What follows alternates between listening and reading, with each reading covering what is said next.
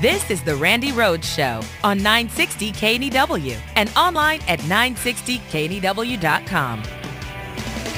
Here's today's talking point from your official guide to being a good Republican. Today's talking point comes to us from our good friends at the National Rifle Association. Talking point number 357. Guns don't kill people. People kill people.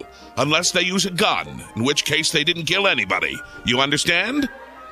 Let me explain. Everyone has been combing through recently released records in the case of the shooting of Trayvon Martin. But the NRA employed a team of specialists in the field of crazy gun forensics, and they made a startling discovery. Buried in the autopsy report is the following little nugget of information. Trayvon Martin was killed by a gunshot. Case closed. Non-experts in the field don't realize it, but guilt or innocence can be determined by ascertaining who got shot. According to the NRA Handbook of Gun Nut Forensics, the person with the bullet in their body is automatically the guilty party. And similarly, the person holding the gun is proven innocent. They are, after all, holding a gun, which, as everyone knows, is the universal sign of being right. Simply put, if Trayvon Martin wasn't the guilty party, how did he end up getting shot? It's not like the person with the gun can do anything wrong. It's called deductive logic, hence the legal term, not guilty by reason of pistol packing. This case clearly shows why everyone should be armed. The more people who carry a gun, the more people who can be presumed innocent in any situation. And that's talking point number 357 from your official guide to being a good Republican.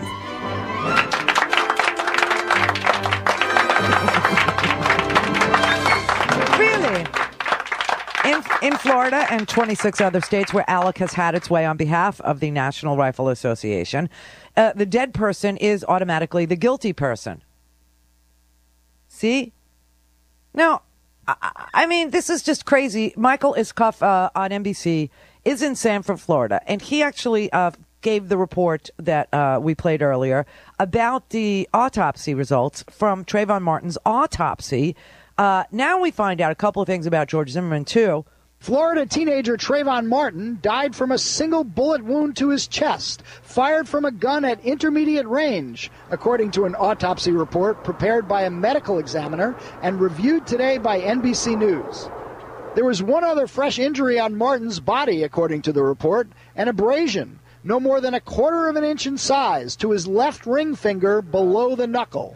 As for the man with whom he struggled that night, and who is now charged with his death, George Zimmerman, he too suffered injuries, according to a separate medical report prepared by his family doctor the day after the shooting. That report, also reviewed today by NBC News, states that Zimmerman had a likely broken nose, as well as swelling, black eyes, and scalp lacerations, but there were no sutures needed. This is just insanity here, where you've got an unarmed kid and you've got an armed grown-up, and the unarmed kid ends up dead, and people are literally on the side of the grown-up with the gun, even though we know that on the phone, here's the actual phone call, Zimmerman talking to the police dispatcher. He's running. He's running. Which way is he running? He's running. He's running. He's running. Which way is he running?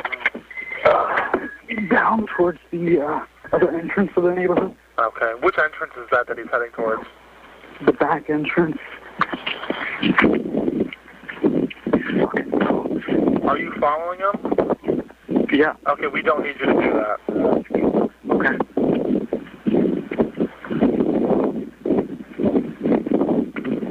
All right, sir. What is your name? George. He ran.